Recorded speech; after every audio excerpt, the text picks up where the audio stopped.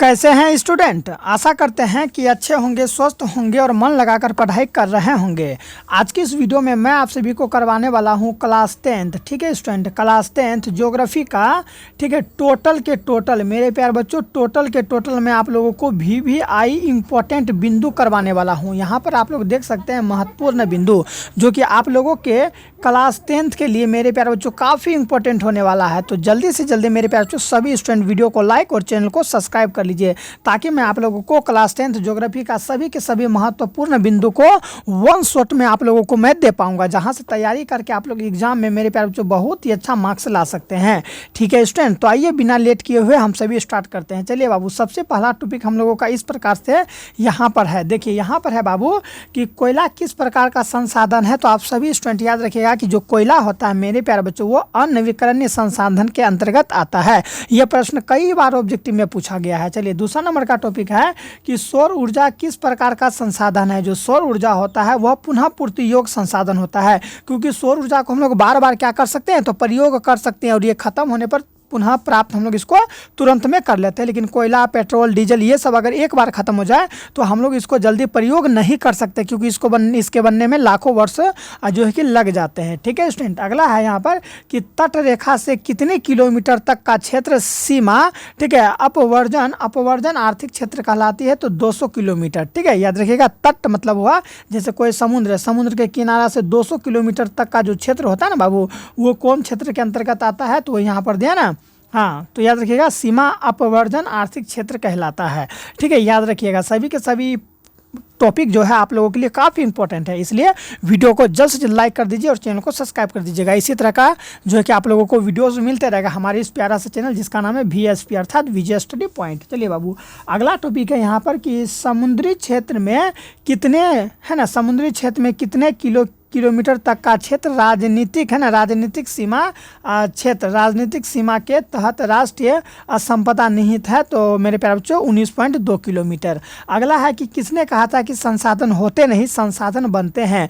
तो मेरे प्यारे बच्चों कौन कहा था, तो जिम्मरमैन कहा था। जिम्मरमैन क्या कहा था बाबू कि संसाधन होते नहीं संसाधन बनते हैं। संसाधन मेरे प्यारे बच्चों होते नहीं संसाधन बनते हैं, किसने कहा था, तो जिम्मरमैन ने कहा था। याद रखिएगा, भूलना नहीं है मेरे प्यारे बच्चों। ठीक है, चलिए अगला टॉपिक देख लीजिए हम लोगों का यहाँ पर क्या है कि उत्पत्ति या उपलब्धता के आधार पर संसाधन कितने प्रकार के होते हैं। तो मेरे प्यारे बच्चों 2 प्रकार के होते हैं। याद रखिएगा ना, क्या रखिएगा याद, तो उत्पत्ति या उपलब्धता के आधार पर संसाधन कितने प्रकार के होते हैं। तो संसाधन मात्र 2 प्रकार के होते हैं। ठीक है, चलिए नेक्स्ट टॉपिक है यहाँ पर कि पृथ्वी की कुल कितने ठीक है प्रतिशत क्षेत्र पर स्थल का विस्तार है। तो 29% क्षेत्र पर मेरे प्यारे बच्चों स्थल का विस्तार है। किसका, हाँ, स्थल का विस्तार है। ठीक है, मात्र 29% क्षेत्र में।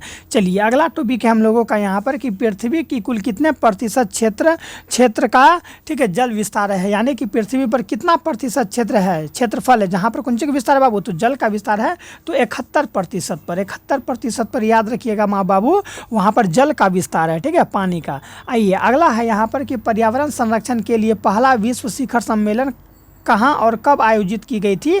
तो याद रखिएगा स्टॉकहोम में किया गया था बाबू। कहाँ किया गया था, स्टॉकहोम में, कब, 1972 ईस्वी में। याद रखिएगा, भूलना नहीं है किसी भी स्टूडेंट को। क्या करना है बाबू, भूलना नहीं है। क्या नहीं भूलना है, तो पर्यावरण संरक्षण के लिए पहला विश्व शिखर सम्मेलन कब और कहाँ पर आयोजित किया गया था। तो याद रखिएगा स्टॉकहोम में किया गया था। कब किया गया था, तो 1972 ईस्वी में किया गया था। नेक्स्ट टॉपिक है यहाँ पर देख लीजिएगा आप लोग बाबू, ठीक है, कि पर्यावरण दिवस कब मनाया जाता है। तो 5 जून को पर्यावरण दिवस मनाया जाता है। आप लोग लगातार कमेंट करते रहेंगे मेरे प्यारे बच्चों। ठीक है, अगर आपको फ्री में अगर मेरे प्यारे बच्चों नोट्स चाहिए तो आप हमारे इस नंबर पर, ठीक है, हाई भेज सकते हैं। नंबर लिख लीजिए 9508, ठीक है, 66 55 83। इस नंबर पर आप हाई भेज के फ्री में ये जो अभी हम आप लोगों को पढ़ा रहे हैं ना, ये वाला नोट्स आप ले सकते हैं। ठीक है, मेरे प्यारे बच्चों बिल्कुल निःशुल्क है। अगला है यहाँ पर कि स्मॉल, है ना, स्मॉल इज ब्यूटीफुल। क्या लिखा हुआ है बाबू, स्मॉल इज ब्यूटीफुल। पुस्तक के लेखक कौन है, तो यहाँ देखिए क्या है, हाँ, है ना, सुमेसर है। क्या है बाबू, सुमेसर। Small is beautiful. आप पुस्तक के लेखक अगर पूछ लेगा कौन है, तो सुमेसर है। नेक्स्ट टॉपिक है कि पृथ्वी, है ना, क्या है, प्रथम पृथ्वी सम्मेलन का आयोजन कब और कहाँ किया गया था। बताइएगा कि प्रथम पृथ्वी सम्मेलन का आयोजन मेरे प्यारे बच्चों कब किया गया और कहाँ पर किया गया था? तो 1922 ईस्वी में, ठीक है, रियो डी जेनेरियो में किया गया था। कहाँ पर किया गया था? रियो डी जेनेरियो में किया गया था। कब किया गया था? तो प्रथम पृथ्वी सम्मेलन का आयोजन 1921 ईस्वी में किया गया था मेरे प्यारे बच्चों। अगला है यहाँ पर कि क्या है, द्वितीय पृथ्वी सम्मेलन कब और कहाँ आयोजित किया गया था? तो दूसरा अगर पृथ्वी सम्मेलन पूछेगा तो 1997 में 1997 में न्यूयॉर्क में। बाबू कब? 1997 न्यूयॉर्क में। और यहाँ पर काफ़ी इंपॉर्टेंट चीज़ है मेरे प्यारे बच्चों कि तृतीय का मतलब होता है तीसरा पृथ्वी सम्मेलन, ठीक है, कब आयोजित और कहाँ पर आयोजित किया गया था? तो 2002 ईस्वी में किया गया था जोहान्सबर्ग में, जो कि दक्षिण अफ्रीका में पड़ता है। तो यहाँ से आप लोगों को बहुत ही ज़्यादा भी आई है। ये तीनों में से एगो न एगो बाबू जरूर फंसेगा, इसलिए आप लोग इसको तैयारी कर लेंगे। एक बार मैं आशा करता हूँ कि मैं आपको फिर से बताना चाहूँगा बाबू, मैं इसको फिर से बताना चाहूँगा क्योंकि ये काफ़ी भी टॉपिक है मेरे प्यारे बच्चों। मैं पढ़ाता हूँ तो मुझे पता है, ये प्रश्न कई बार जो है कि एग्जाम में पूछा गया है। तो बाबू आपको याद रखना कि प्रथम पृथ्वी सम्मेलन आयोजित हुआ था कब? तो 1992 ईस्वी में। 1992 ईस्वी में आयोजित हुआ था बाबू। और कहाँ हुआ था? तो रियो डी जेनेरियो में आयोजित हुआ था। अगला है यहाँ पर कि पृथ्वी है ना, द्वितीय पृथ्वी सम्मेलन कब और कहाँ आयोजित की गई थी? दूसरा पृथ्वी सम्मेलन तो 1997 92 के बाद मेरे प्यारे बच्चों 5 साल बाद, 92 के बाद 93 94 95 96 97 में, ठीक है। तो 5 साल बाद कहाँ पर हुआ था? 97 में न्यूयॉर्क में हुआ था। काफ़ी इंपॉर्टेंट टॉपिक है, इसलिए मैं इसको 2 बार करवा रहा हूँ। अगला है कि तीसरा पृथ्वी सम्मेलन, तो यहाँ पर देख लीजिए, ठीक है, फिर 5 साल के बाद हुआ था 2002 में। कब हुआ था मेरे प्यारे बच्चों? जोहान्सबर्ग में। तो आप 1992 याद रखिएगा, इसमें 5 जोड़ दीजिएगा तो 1997 ईस्वी में 5 अगर जोड़ दीजिएगा बाबू तो क्या आ जाएगा? 2002। और जगह का नाम याद रखना कि पहला हुआ था रियो डी जेनेरियो में, दूसरा हुआ था न्यूयॉर्क में, और मेरे प्यारे बच्चों तीसरा हुआ था जोहान्सबर्ग, जो कि दक्षिण अफ्रीका पड़ता है, वहाँ पर हुआ था। चलिए बाबू अगला टॉपिक देख लेते हैं हम लोगों का क्या है।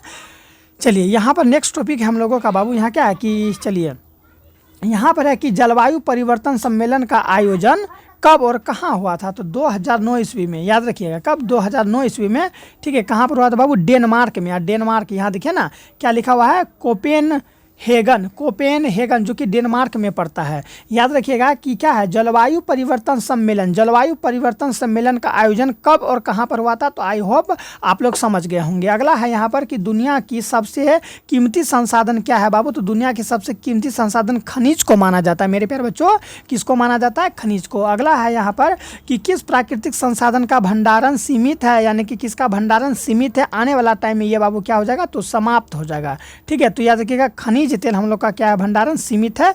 एक टाइम ऐसा आएगा कि हम लोग का खनिज तेल समाप्त हो जाएगा। इसलिए आप लोग अक्सर देखते होंगे कि अब इलेक्ट्रिक वाला बाइक निकल रहा है मेरे प्यार। कौन निकल रहा है? इलेक्ट्रिक वाला बाइक, इलेक्ट्रिक वाला कार, ठीक है, निकल रहा है जो, और सीएनजी वाला निकल रहा है, ताकि ठीक है खनिज तेल का कम से कम उपयोग हो और ये भावी पीढ़ी तक ये चलते रहे।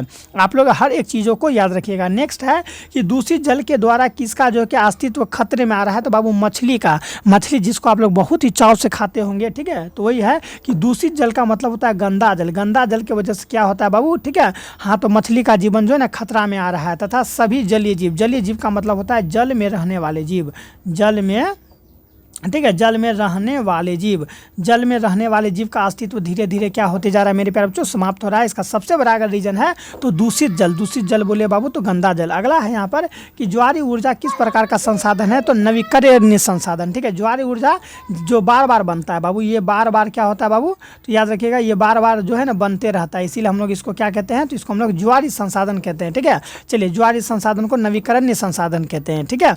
आइए बाबू, तो यहाँ तक हम लोगों ने देखा। चलिए अब आइए हम लोग कुछ और इंपॉर्टेंट टॉपिक देखते हैं कि क्या है। चलिए नेक्स्ट टॉपिक हम लोगों का कि लोहा कैसा संसाधन है? तो लोहा अनवीकरणीय संसाधन है। लोहा कैसा संसाधन है? तो अनवीकरणीय। अगला है कि पंजाब में भूमि निम्नीकरण का मुख्यालय कहाँ है मेरे बाबू? पंजाब में। कहाँ पर? पंजाब में भूमि निम्नीकरण का मुख्यालय कहाँ पर है? ठीक है, मुख्यालय का कारण क्या है? तो अधिक सिंचाई। क्या है? अधिक सिंचाई, ठीक है। पंजाब में भूमि निम्नीकरण का, ठीक है, कारण क्या है? तो अधिक सिंचाई। अगला है कि सोपानी कृषि किस राज्य में प्रचलित है? तो उत्तराखंड में। मेरे बाबू सोपानी कृषि किस राज्य में है? तो उत्तराखंड में, यानी कि पर्वतीय क्षेत्र में जो है ना सोपानी कृषि ज़्यादातर देखने को मिलता है। चलिए अगला है यहाँ पर कि राजस्थान के किस प्रकार में ना क्या है कि राजस्थान में किस प्रकार का मृदा का मतलब मिट्टी का विस्तार है? तो मरुस्थलीय। आप लोगों को पता होगा कि कहाँ पर? तो राजस्थान में जो है ना, हाँ, खाली रेगिस्ताने हैं। रेगिस्तान में मरुस्थलीय मिट्टी होता है, बालू वाला, जहाँ ऊँट वगैरह चलता है, तो वही होता है हम लोग का मरुस्थलीय मृदा। अगला है कि मृदा में देखें ना क्या है कि मृदा मेढक के प्रजनन को नष्ट करने वाला रसायन कौन है बाबू? तो याद रखिएगा एंड्रीन। एंड्रीन जो है ये क्या करता है, ठीक है, मेढक के प्रजनन क्षमता को ये रोक देता है, ठीक है, नष्ट कर देता है, और इससे मेढक क्या करता है, अपना संतति की संख्या नहीं बढ़ा पाता है, ठीक है। चलिए अगला है कि काली मिट्टी का दूसरा नाम क्या है? तो बाबू काली मिट्टी का दूसरा नाम है रेंगूर मिट्टी। क्या नाम है बाबू? रेंगूर मिट्टी। किसका? काली मिट्टी का दूसरा नाम रेंगूर मिट्टी है। भूलना है बाबू, किसी को नहीं भूलना है। चलिए नेक्स्ट टॉपिक है कि महाराष्ट्र की किस प्रकार है ना, महाराष्ट्र में किस प्रकार की मृदा पाई जाती है? तो काली मृदा। कौन मृदा बाबू? काली मृदा। कहाँ पर पाई जाती है? तो महाराष्ट्र, ठीक है। महाराष्ट्र में कौन सी मृदा पाई जाती है? काली मृदा। अगला है कि प्रायद्वीपीय भारत की, ठीक है, प्रायद्वीपीय भारत की नदी, ठीक है, प्रायद्वीपीय भारत की नदी घाटी में कौन सी मृदा है? तो जलोढ़ मृदा है बाबू। कौन सी मृदा है? जलोढ़ मृदा है। याद रखिएगा ना, क्या लिखा हुआ है समझिएगा ध्यान से कि प्रायद्वीपीय भारत की नदी घाटी में कौन सा जो है कि मृदा है? तो जलोढ़ मृदा है। अगला है कि भारत में कितने प्रतिशत क्षेत्रफल पर चारागाह है? तो 3.18, ठीक है, 3.18% क्षेत्र में क्या है? चारागाह का मतलब हुआ कि वहाँ पर कोई भी जानवर वगैरह, ठीक है, घास उसको चर सकता है। नेक्स्ट है यहाँ पर क्या है कि भारत में कुल कितने प्रतिशत क्षेत्रफल पर पर्वतीय क्षेत्र का विस्तार है? तो 30% क्षेत्रफल पर्वतीय क्षेत्र का विस्तार है। सभी स्टूडेंट अंत तक बने रहिए मेरे प्यारे बच्चों, मैं आपको पूरा तैयारी करा दूंगा, ठीक है, पूरा तैयारी करा दूंगा ताकि आप लोग एग्जाम में बहुत ही अच्छा मार्क्स ला सकेंगे। ज्योग्राफी का सारा मेन टॉपिक हम वन शॉट में भी करवा रहे हैं, ठीक है स्टूडेंट। चलिए बहुत ही अच्छा, आप लोग दुलार प्यार दिखाते रहते हैं, वीडियो को फटाफट लाइक कर दीजिएगा। अगला है यहाँ पर कि किस राज्य में सीढ़ीनुमा खेती प्रचलित है? तो पहाड़ी क्षेत्र। तो उत्तराखंड हम लोग का एक पहाड़ी क्षेत्र है, इसीलिए वहाँ पर सीढ़ीनुमा खेती प्रचलित है, ठीक है। कपास की खेती के लिए सबसे उपयुक्त मिट्टी कौन सी है? तो काली मिट्टी जो है ना, कपास की खेती के लिए सबसे ज़्यादा मेरे प्यारे बच्चों सबसे ज़्यादा उपयुक्त मानी जाती है। लाल मिट्टी का पीएच मान क्या होता है? तो यहाँ पर देख लीजिए, लाल मिट्टी का पीएच मान बाबू, ठीक है, 6 से लेके 8 के बीच रहता है। 6 से लेके 8 के बीच का मतलब ये हुआ, ठीक है, अम्ल भी रहता है और नॉर्मल भी रहता है और उदासीन भी होता है, यानी कि ज़्यादा अम्ल भी नहीं है, ज़्यादा क्षारी भी नहीं है और उदासीन भी नहीं है, ठीक है, यानी कि बहुत ही अच्छा मेरे प्यारे बच्चों इसका पीएच मान है। किसका? तो लाल मिट्टी का। चलिए नेक्स्ट प्रश्न है हम लोगों का यहाँ पर कि लेटेराइट शब्द की उत्पत्ति किस जो है कि भाषा के लेटर से हुई है? बता सकते हैं आप लोग कि लेटेराइट शब्द की उत्पत्ति किस भाषा के लेटर से हुई है बाबू? तो लैटिन भाषा। क्या याद रखिएगा? लैटिन भाषा, ठीक है। चलिए अगला है कि भारत में कितने प्रतिशत क्षेत्रफल पर जलोढ़ मिट्टी का विस्तार है? तो 22% क्षेत्र में। भारत में कितने प्रतिशत क्षेत्र पर जलोढ़ मिट्टी का विस्तार है बाबू? तो 22% क्षेत्र में क्या है? जलोढ़ मिट्टी का विस्तार है, जलोढ़ मिट्टी का विस्तार है मेरे बाबूगण। चलिए अगला है कि उपयोग है ना, क्या है यहाँ पर? उपयोगिता के आधार पर भूमि को कितने भागों में बांटा गया है? तो उपयोगिता के आधार पर भूमि को 5 भागों में बांटा गया है। कितने भागों में बांटा गया है? उपयोगिता के आधार पर भूमि को 5 भागों में, ठीक है। नेक्स्ट है यहाँ पर कि भारत की कुल जनसंख्या का कितना प्रतिशत है ना, भारत की कुल जनसंख्या का, भारत का जितना भी जनसंख्या है उस जनसंख्या का कितना प्रतिशत जो है कि कृषि कार्य में लगा हुआ है? तो यहाँ पर देख लीजिए, ठीक है, यानी कि आधा से ज़्यादा, लगभग 53, आधा तो 50 होता ना मेरे प्यारे बच्चों, यानी कि आधा से भी ज़्यादा संख्या जो है भारत का वो कृषि पर आधारित है। इसीलिए भारत को मेरे प्यारे बच्चों कृषि प्रधान देश भी कहा जाता है। भारत को क्या कहा जाता है? कृषि प्रधान देश, ठीक है, क्योंकि आधा से ज़्यादा जनसंख्या यहाँ पर किस में लगा हुआ है? तो कृषि का मतलब कि खेती पर लगा हुआ है, ठीक है। जल्दी से मेरे प्यारे बच्चों चैनल को सब्सक्राइब और वीडियो को लाइक कर दीजिए मेरे प्यारे बच्चों। आप लोगों को सपोर्ट और प्यार आप लोग हमको बना रहे हैं, इसके लिए बहुत ही धन्यवाद सभी को। अगला है कि मृदा निर्माण का मुख्य कितने घटक होते हैं बाबू? तो मृदा निर्माण के कुल 5 घटक होते हैं, ठीक है। Indian council of agriculture research के द्वारा भारत की मिट्टी को कितने भागों में बांटा गया है? तो 8 भागों में बांटा गया है। कितने भागों में? 8 भागों में बांटा गया है, ठीक है स्टूडेंट। नेक्स्ट है यहाँ पर कि केंद्रीय मृदा संरक्षण बोर्ड की स्थापना कब की गई थी? तो 1953 ईस्वी में की गई थी। कब की गई थी बाबू? 1953 ईस्वी में। किसका? तो केंद्रीय मृदा संरक्षण बोर्ड की स्थापना कब की गई थी? 1953 में।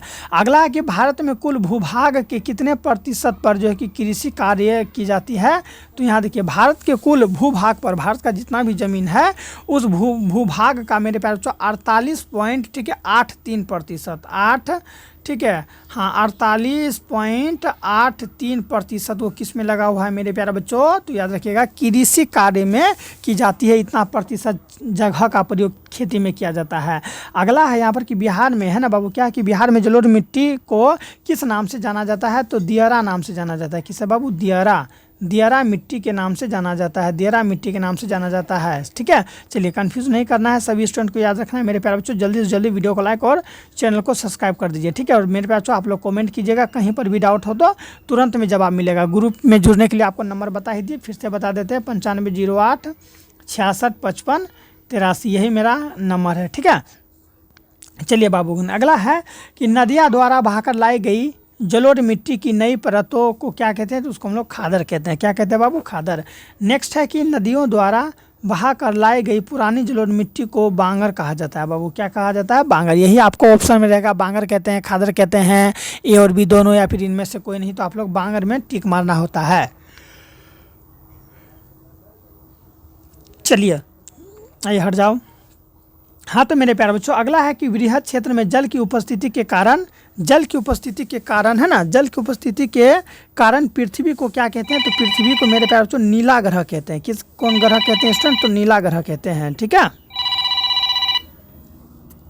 चलिए यहाँ पर है वृहद क्षेत्र में है ना, वृहद क्षेत्र का मतलब हुआ कि अच्छा खासा कुछ ज़्यादा मात्रा में। ठीक है, हाँ तो क्या है यहाँ पर कि वृहद क्षेत्र में जल की उपस्थिति के कारण पृथ्वी को क्या कहा जाता है, तो नीला ग्रह कहते हैं। ठीक है, यानी कि पृथ्वी पर ज़्यादातर क्या है बाबू, तो ज़्यादातर पानी है, जिसके वजह से मेरे पास पृथ्वी को नीला ग्रह कहते हैं। ठीक है, चलिए नेक्स्ट टॉपिक देख लीजिए, क्या है कि कुल जल का कितना प्रतिशत भाग महासागर में निहित है, तो 96.6% भाग कहाँ है, तो महासागर में निहित है। ठीक है, चलिए आइए हम लोग आगे देखते हैं बाबू। चलिए यहाँ पर है कि देश के है ना, देश के बांधों को किसने भारत का मंदिर कहा था, तो देश का जो बांध है, देश के बांधों को किसने भारत का मंदिर कहा था, तो पंडित जवाहरलाल नेहरू ने देश के बांधों को ये भारत का क्या कहा था, तो मंदिर कहा था। काफ़ी इंपॉर्टेंट है, आप लोगों को याद रखनी है। ठीक है, चलिए नेक्स्ट है कि प्राणियों में जल की मात्रा कितनी होती है, प्राणी का मतलब मनुष्य में, हम सब जो मनुष्य है इसमें पानी की मात्रा कितना होता है, तो 65 से लेकर 70% तक रहता है। ठीक है, याद रखिएगा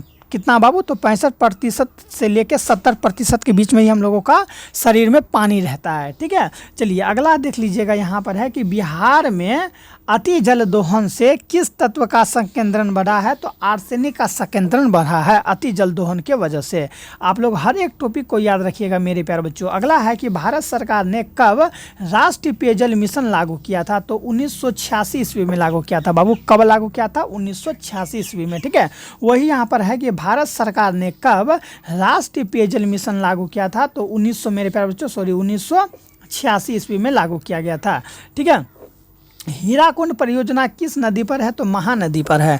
अगर पूछेगा आप लोगों से कि हीराकुंड परियोजना किस नदी पर है, तो महासागर पर है। ठीक है, महानदी पर है। संसार की सबसे लंबी नहर कौन सी है, तो सुएज नहर है। संसार की सबसे लंबी अगर नहर की संज्ञा दिया गया है तो सुएज नहर को दिया गया है।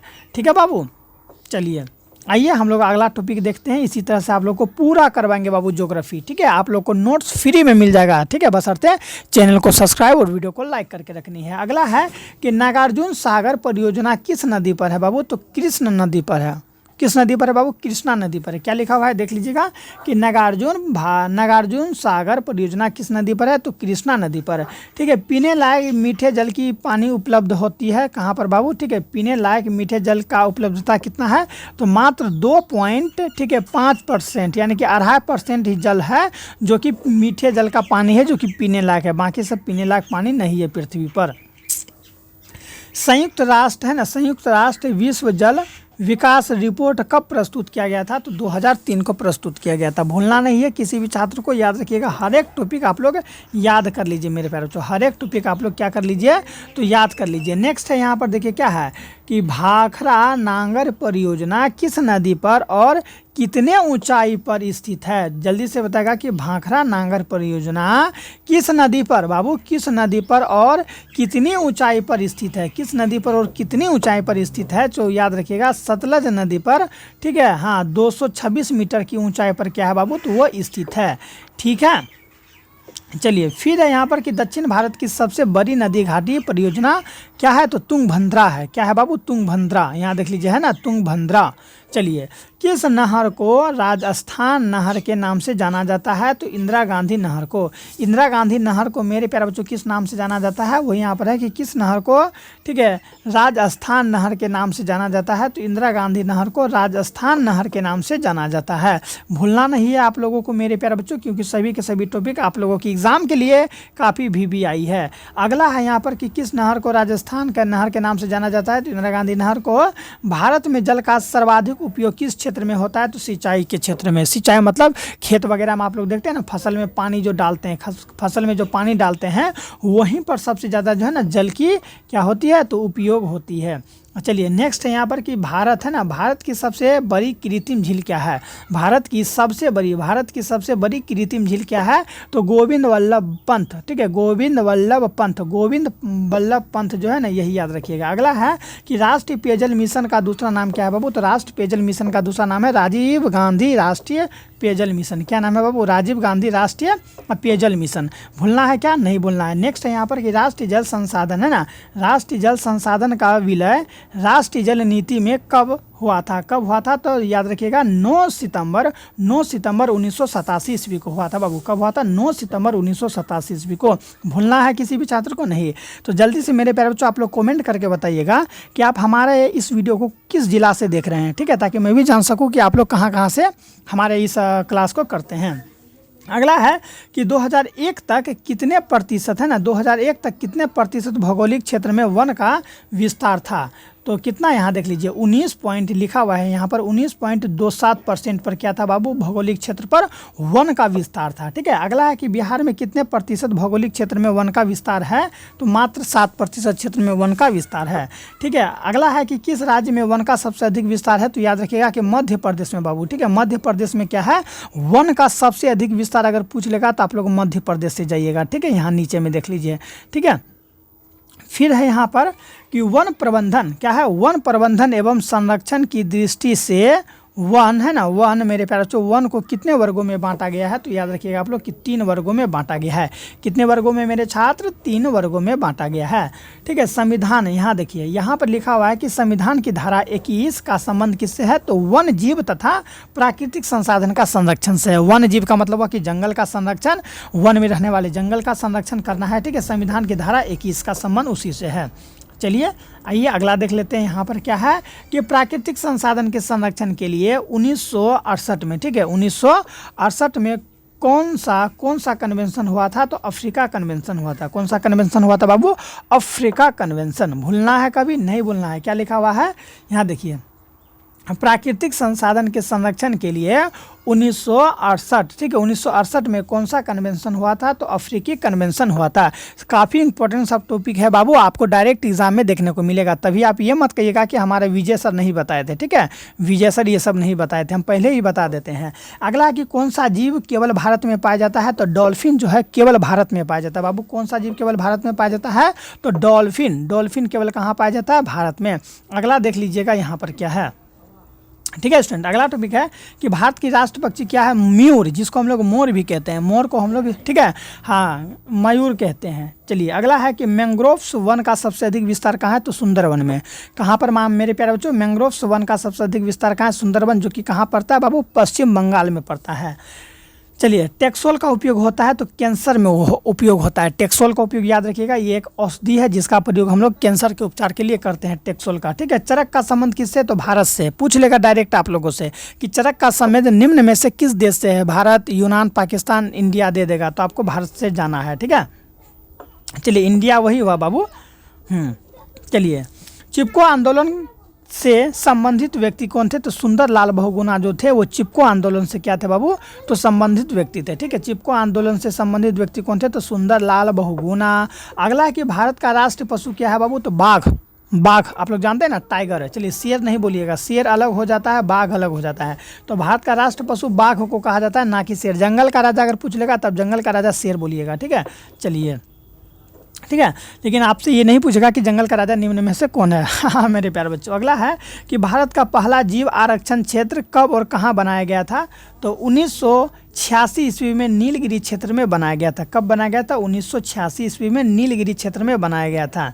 चलिए नेक्स्ट है यहाँ पर कि भारत में क्या लिखा हुआ है, देख लीजिए कि भारत के संरक्षण के लिए बाघ परियोजना की शुरुआत कब हुई थी? बाघ परियोजना की शुरुआत कब हुई थी? तो 1973 ईस्वी में हुई थी बाबू। कब हुई थी? 1973 में।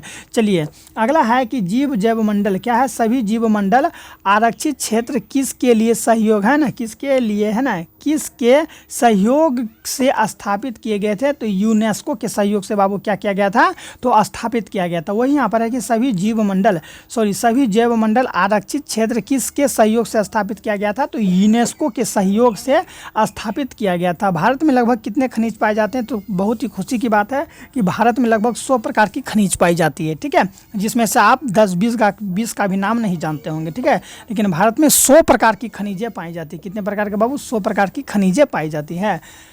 मैग्नीज किस जो है कि है ना, यहाँ पर क्या लिखा हुआ है कि मैग्नीज किस खनिज का उदाहरण है? तो लोहयुक्त खनिज का। जो मैग्नीज होता है ये लोहयुक्त खनिज का उदाहरण है, ठीक है।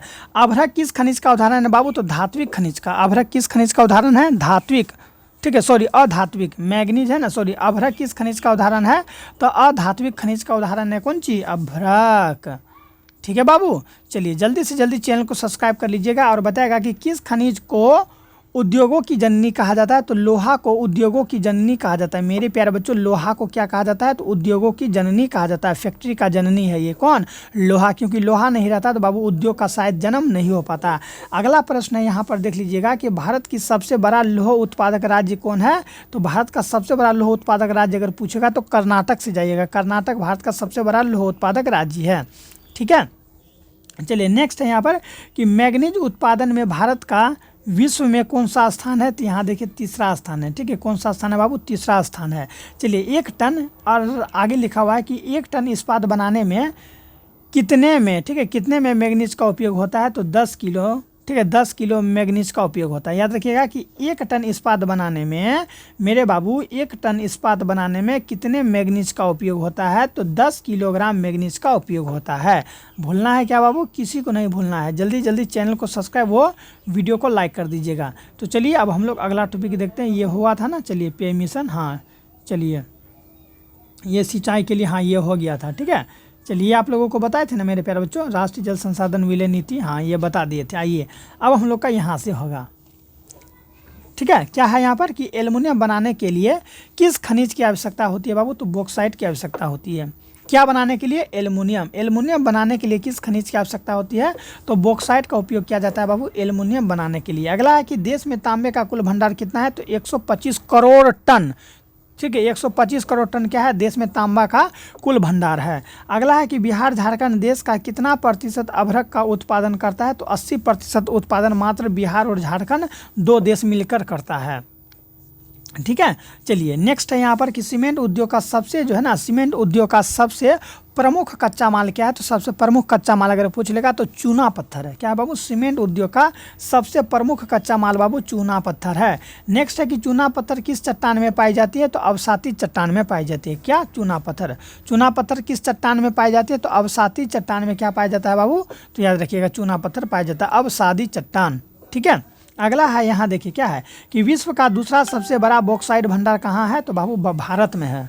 बहुत ही खुशी की बात है कि विश्व का दूसरा अगर सबसे बड़ा बॉक्साइट की भंडार है तो हम लोग का भारत देश में है, ठीक है। काफ़ी गर्व की बात है बाबू।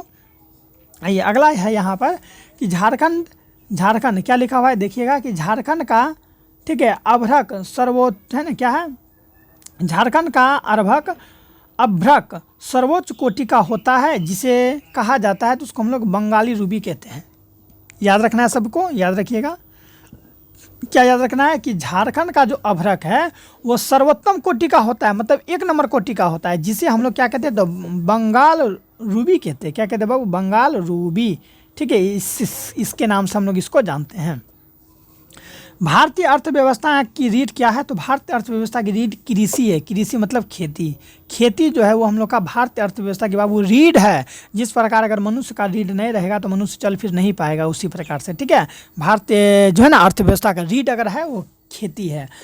भारत की सबसे पहली लौह इस्पात कंपनी टाटा लौह इस्पात कंपनी है। भूलना है नहीं बोलना है क्या कि भारत की सबसे पहली लौह इस्पात कंपनी क्या है? तो टाटा लौह इस्पात कंपनी, जिसको हम लोग टिस्को कहते हैं, टिस्को, मेरे आते ही खिसको। हाँ मेरे प्यारे बच्चों, अगला है कि पहली सफल, है ना, क्या है कि पहली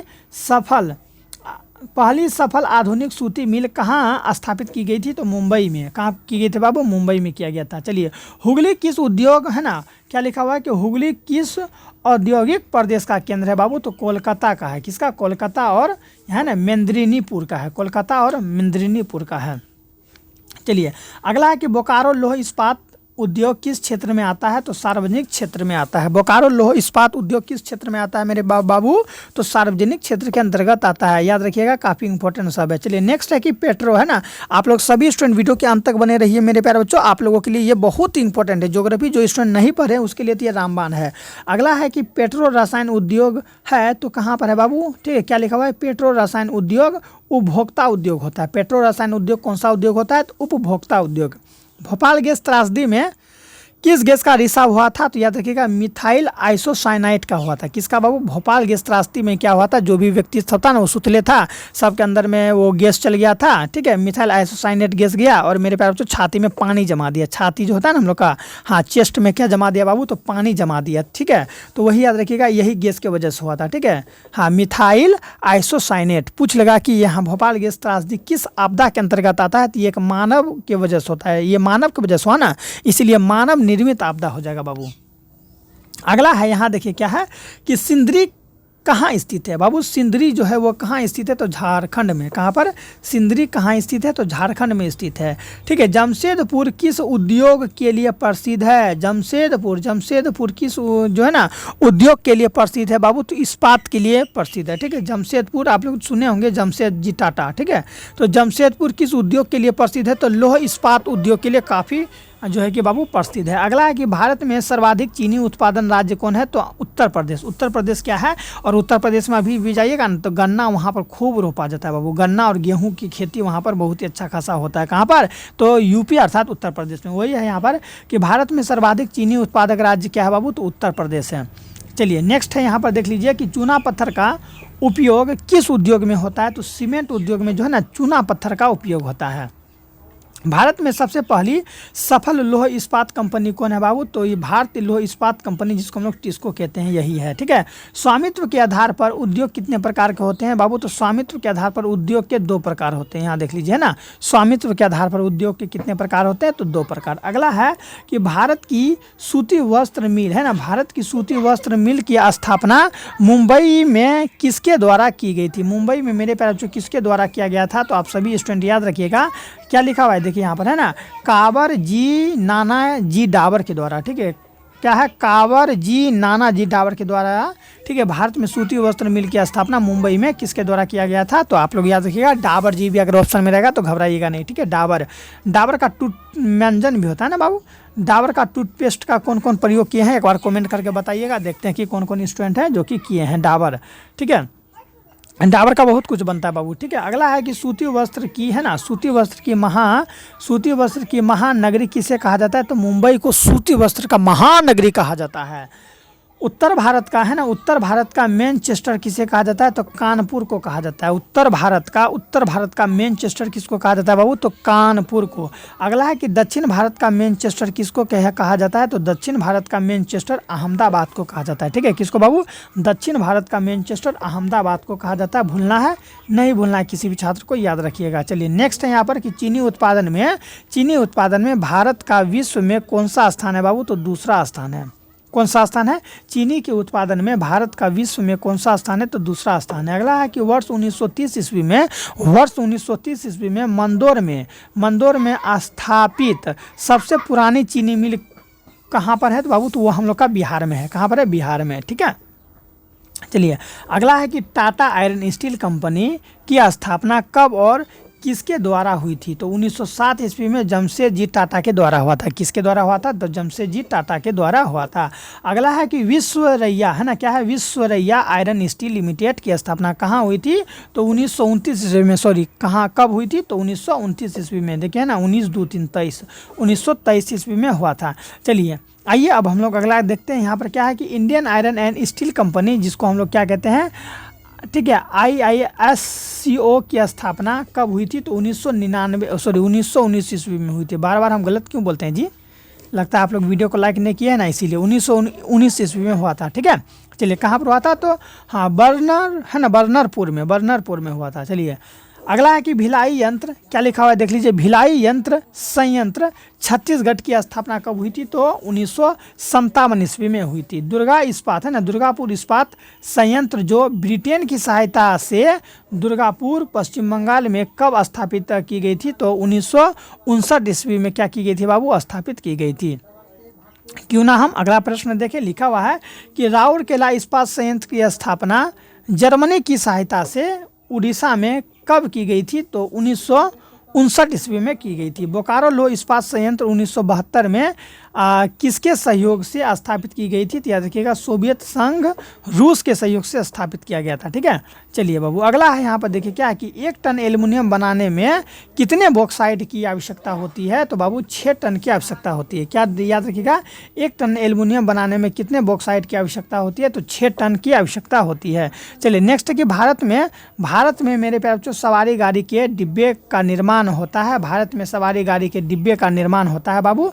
तो याद रखिएगा, चेन्नई के है ना, भारत में सवारी गाड़ी के डिब्बे का निर्माण होता है चेन्नई के पेराम्बू और पंजाब के है ना, पंजाब के कपूरथला में होता है। ठीक है, कपूरथला में क्या होता है? तो सवारी गाड़ी आप लोग देखते हैं ना, ट्रेन का जो होता है ना, वही भारत में है ना, भारत में सवारी गाड़ी के डिब्बे का निर्माण होता है। अगला है कि एशिया का सबसे पुराना रेलवे वर्कशॉप कहाँ है? तो अगर पूछ लेगा कि एशिया एक महादेश है मेरे प्यारे बच्चों, ना कि देश है, और इस महादेश के अंतर्गत ना जाने कई सारे देश आते हैं, जैसे कि भारत, चीन, ये सब, श्रीलंका, पाकिस्तान, ये सब किसके अंतर्गत आते हैं? तो मेरे प्यारे बच्चों एशिया के अंतर्गत आते हैं। ठीक है, चलिए तो एशिया में सबसे पुराना रेलवे अगर वर्कशॉप पूछ लेगा तो बिहार के जमालपुर में ही। देखिए एशिया में मेरे प्यारे बच्चों इतना बड़का मेरे प्यारे बच्चों जिसके अंदर कई सारे देश आते हैं, उसमें हम लोग का बिहार का नाम 1 नंबर पर है। बताइए, बिहार के जमालपुर में ही सबसे पुराना रेलवे वर्कशॉप बना हुआ है। अभी भले ही मेरे प्यारे बच्चों अच्छा वर्कशॉप बन गया है, लेकिन सबसे पुराना का दर्जा इसी को मिला है, जमालपुर को। ठीक है, चलिए सबसे पुराना का मतलब बहुत पहले बना होगा तब ना, सबसे पहले बना होगा तब ना सबसे पुराना हो गया। हाँ, अगला है कि भारत में मारुति उद्योग के लिए प्रसिद्ध है। तो याद रखिएगा, हाँ क्या, गुड़गांव हरियाणा जो है ये भारत में मारुति उद्योग के लिए प्रसिद्ध है। समुद्री जहाज का निर्माण कहाँ होता है? तो कोचीन में समुद्री जहाज का निर्माण होता है। आपको काय गो समुद्री जहाज चाहिए बाबू? आप बोल दीजिए, कोची में जाके हम ऑर्डर दे देंगे। ठीक है, बन जाएगा आपके नाम पर। ठीक है, चलिए अगला है कि कोचीन, ठीक है, विशाखापट्टनम, कोलकाता, मुंबई और गोवा में, इन सभी जगहों में होता है। और देखिए सब वैसने जगह है बाबू जहाँ पर बंदरगाह सब है। ठीक है, यानी कि जहाँ पर समुद्र वगैरह नज़दीक में ही है, वैसे जगह पर जो है कि ना समुद्री जहाज का निर्माण करवाया जाता है। बताइए, जहाँ पर समुद्र है ना है, उसके आसपास में जो है कि नाव का कौन निर्माण करवाएगा? कोई निर्माण नहीं करवाएगा। अगर कोई करवेबो करेगा तो उसका बिकेगा नहीं ना, इसीलिए देख रहे हैं ना, कोची में, विशाखापट्टनम में, ये ईस्ट कोलकाता में, मुंबई में, गोवा में, ये सब में क्या है? तो वहाँ पर बंदरगाह सब है, बड़ा बड़ा नाव, पानी का जहाज वहाँ रुकता है। ठीक है, उतरता है, बड़ा बड़ा सामान सब। ठीक है मेरे प्यारे बच्चों, आयात निर्यात होता है। नेक्स्ट है कि भारत में हिंदुस्तान एयरक्राफ्ट लिमिटेड की स्थापना कब हुई थी? तो याद रखिएगा 1940 में हुई थी। और कहाँ पर हुई थी? तो बेंगलुरु में हुई थी। मनुष्य प्रतिदिन कितनी बार सांस लेता है? तो ये इतना बार, बाप रे बाप, 23,000 बार मनुष्य प्रतिदिन सांस लेता है। सोचिए, हम लोग जो है प्रतिदिन 23,000 बार सांस लेते हैं। ठीक है, अगला है कि किसे दम घुट्टू गैस कहा जाता है? तो कार्बन मोनोऑक्साइड को दम घुट्टू गैस कहा जाता है। अगर आपको अगर मान लीजिए एक रूम है, इस तरह से एक रूम में इसमें बंद करके आपको कार्बन मोनोऑक्साइड गैस उसमें छोड़ देंगे तो धीरे धीरे से आप चल जाइएगा मेरे प्यारे बच्चों। धीरे धीरे से आप कहाँ चल जाएगा? बोराम चल जाइएगा। जैसे कि गाना हम सुने होंगे कि धीरे धीरे से मेरी ज़िंदगी में आना, धीरे धीरे से दिल को चुराना। तो उसी तरह से मेरे प्यारे बच्चों धीरे धीरे कार्बन मोनोऑक्साइड की वजह से, दम घुटने की वजह से किसी भी इंसान की मृत्यु हो सकती है। चलिए आइए अब हम लोग आगे देखते हैं बाबू। ठीक है, इसी तरह से पूरा समाप्त करेंगे 1 शॉट में। ठीक है, रोज वाली झमेला हम नहीं लगाने वाले हैं। अगला है यहाँ पर कि भोपाल गैस त्रासदी कब और है ना कब हुई? भोपाल गैस त्रासदी कब हुई और इसमें किस गैस का रिसाव हुआ था? और इसमें बाबू किस गैस का रिसाव हुआ था? तो आप लोग याद रखिएगा 3 दिसंबर 1944 है ना, क्या है, 3 दिसंबर 1984 में, ठीक है, मिथाइल आइसोसाइनाइड की वजह से हुआ था। कब हुआ था? तो 3 दिसंबर 1984 ईस्वी को, ठीक है, 84 ईस्वी को कब हुआ था? तो रात्रि में हुआ था, याद रखिएगा, रात्रि में, ठीक है, भूलना नहीं है। अगला है कि ध्वनि की तीव्रता मापी जाती है, तो डेसी है ना, यहाँ पर क्या है? डेसीबल में मापी जाती है। विश्व की सबसे ऊंची सड़क कौन है बाबू? तो लेह लद्दाख में है। कहाँ पर है? लेह, जो कि लद्दाख में पड़ता है। तो विश्व की सबसे ऊंची क्या है? विश्व की सबसे ऊंची, मेरे प्यारे बच्चों, हाँ, ऊंची सड़क है यहीं पर लद्दाख में। अगला है यहाँ पर लद्दाख है, जो चंडीगढ़ से मनाली होते हुए, ठीक है, लेह लद्दाख तक जाती है। इन चीज़ों को याद रखना है। देखिए कहाँ से कहाँ तक जाती है, आप लोग इसको नोट कर लेंगे, और नहीं भी तो हम आपको नोट्स दे देंगे हमारे ग्रुप नंबर में। समझ में आया कि नहीं आया? चलिए अगला देखिए क्या कि राष्ट्रीय जल विद्युत शक्ति कॉरपोरेशन लिमिटेड की स्थापना कब हुई थी? तो 1975 ईस्वी में हुई थी मेरे प्यारे बच्चों। कब? 1975 में। भारत में ज्वार की खेती सबसे अधिक कहाँ होती है? तो तमिलनाडु में होती है। भूलिएगा नहीं बोलना कि भारत में अगर ज्वार की खेती सबसे अधिक कहाँ पर होती है? तो तमिलनाडु में सबसे अधिक ज्वार की खेती होती है। भारत में सर्वाधिक जूट उत्पादक राज्य क्या है? तो बाबू याद रखिएगा, पश्चिम बंगाल जो है ये क्या है? भारत में सर्वाधिक जूट उत्पादन राज्य है। क्या? तो पश्चिम बंगाल। पश्चिम बंगाल में सर्वाधिक जूट की, हाँ, उपजाऊ की जाती है, ठीक है। चलिए नेक्स्ट है कि दक्षिण भारत का सर्वाधिक गन्ना उत्पादक राज्य क्या है? तो उत्तर प्रदेश। दक्षिण भारत का अगर पूछ लेगा कि दक्षिण भारत में सबसे ज़्यादा अगर गन्ना उपजाया जाता है तो हम लोग का उत्तर प्रदेश अर्थात यूपी है, जहाँ पर राम मंदिर भी है, ठीक है, राम मंदिर, जहाँ पर क्या है बाबू? राम मंदिर है, ठीक है। चलिए अगला टॉपिक देखिए क्या है कि ऑपरेशन फ्लड संबंधी है, ठीक है, ऑपरेशन फ्लड संबंधी है। तो डेयरी विकास दूध उत्पादन से, डेयरी के विकास करने से, और दुग्ध उत्पादन का मतलब दूध का ज़्यादा से ज़्यादा उत्पादन किया जाए, उसी से ये जो ना, हाँ, ऑपरेशन फ्लड संबंधित है। हरित क्रांति का दूसरा चरण कब हुआ था? तो 1983 से लेके 1984 ईस्वी के बीच हुआ था। हरित क्रांति का दूसरा चरण कब पूरा हुआ था? तो 1983 से 1984 के बीच।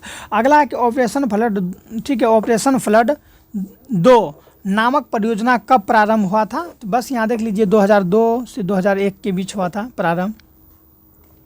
अगला है कि हार्वेस्ट और क्या लिखा हुआ है, देख लीजिए, हार्वेस्टर और थ्रेस्ट, है ना, हार्वेस्टर और थ्रेस्ट का प्रयोग किस कार्य के लिए किया जाता है बाबू? तो कृषि कार्य के लिए किया जाता है हार्वेस्टर और थ्रेसर का प्रयोग। थ्रेसर आप लोग सुने होंगे ना कि थ्रेसर करते हैं, हाँ, गेहूं का थ्रेसरिंग जो होता है वो कृषि कार्यों में होती है। भारत में सबसे अधिक चाय निर्यात करने वाला पत्तन क्या है? तो कोलकाता में सबसे ज़्यादा चाय का क्या किया जाता है बाबू? तो निर्यात किया जाता है। भारत में धान का प्रति हेक्टेयर, ठीक है, प्रति हेक्टेयर सबसे अधिक उत्पादन जो है कि कहा जाता है पंजाब को।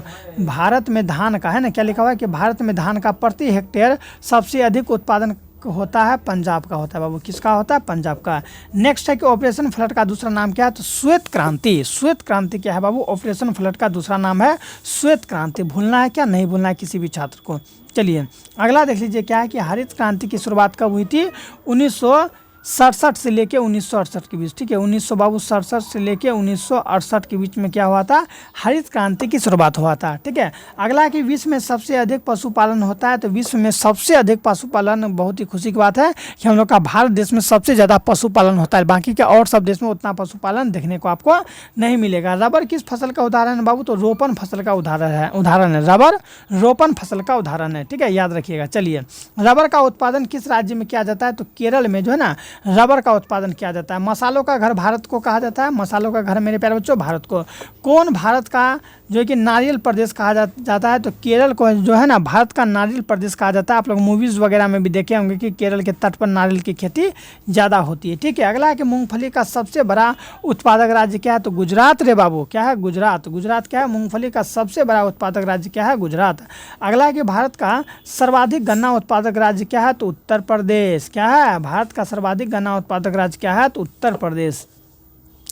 किसे उजला सोना कहा जाता है? तो कपास को उजला सोना के नाम से हम लोग जानते हैं। किसको? कपास को क्या कहते हैं? उजला सोना, ठीक है। किसे सुनहरा रेशा कहा जाता है? तो जूट और पटसन को। जूट और पटसन को मेरे प्यारे बच्चों क्या कहते हैं? इसको तो हम लोग सुनहरा रेशा के नाम से इसको हम लोग जानते हैं, ठीक है। सभी स्टूडेंट याद रखिएगा, चैनल को सब्सक्राइब कर लीजिए, पढ़ते रहिए मेरे प्यारे बच्चों। अब समाप्त होने ही वाला है, ठीक है। अगला है यहाँ पर कि भारत में सर्वाधिक कहवा, कहवा का मतलब होता है कॉफ़ी, ठीक है, कहवा या कॉफ़ी उत्पादक राज्य क्या है? तो कर्नाटक है।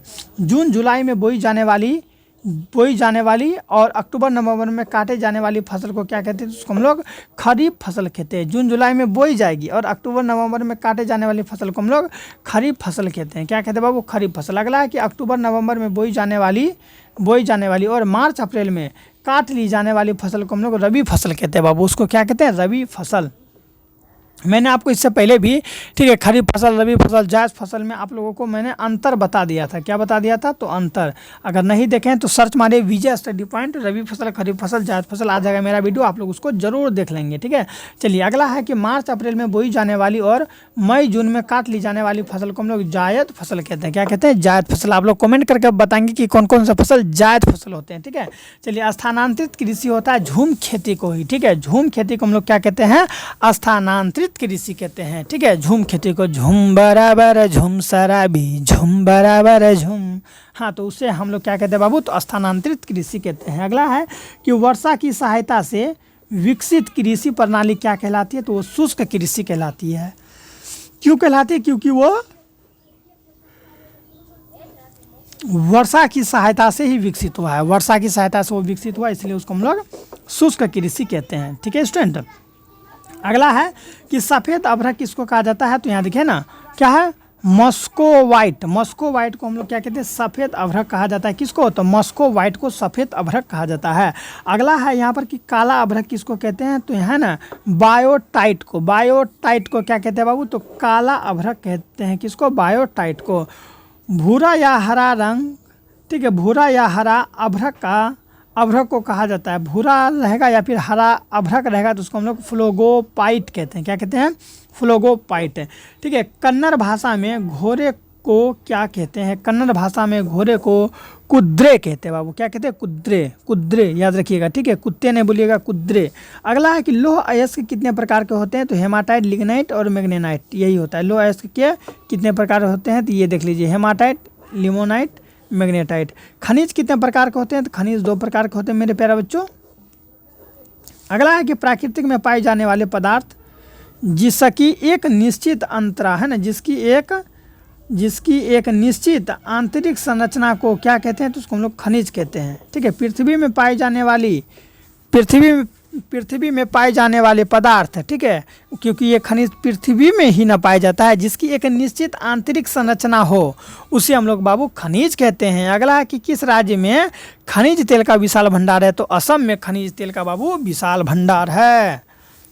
ठीक है, अगला कि भारत के किस स्थल पर पहला परमाणु ऊर्जा केंद्र स्थापित है, तो तारापुर में है। कहाँ पर है, भारत में, वही यहाँ पर है कि भारत में किस स्थल पर पहला परमाणु ऊर्जा केंद्र स्थापित है, तो तारामंडल में क्या है, तो भारत का पहला परमाणु, ठीक है, ऊर्जा केंद्र स्थापित है। चलिए तारापुर में। अगला है कि कोयला ऊर्जा का स्रोत होता है, जो कोयला होता है ना, कोयला, वही यहाँ पर लिखा हुआ है कि कोयला ऊर्जा का स्रोत है, तो अनवीकरणीय स्रोत है।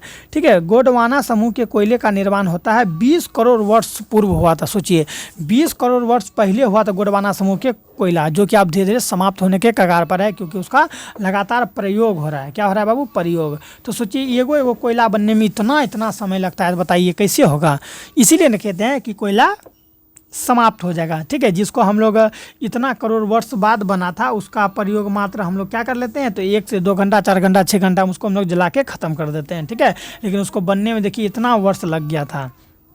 अगला है कि भारत में कोयले का प्रमुख उत्पादक राज्य क्या है, तो झारखंड में ना कोयला का उत्पादन अच्छा खासा किया जाता है। भारत का सर्वोत्तम प्रकार क्या है बाबू, तो कोयले का सर्वोत्तम प्रकार है एंथ्रासाइट। एंथ्रासाइट क्या है, कोयले का सर्वोत्तम प्रकार माना जाता है एंथ्रासाइट को। ठीक है, अगला है कि मुंबई हाई प्रसिद्ध है। मुंबई हाई प्रसिद्ध है बाबू, खनिज तेल हेतु प्रसिद्ध है।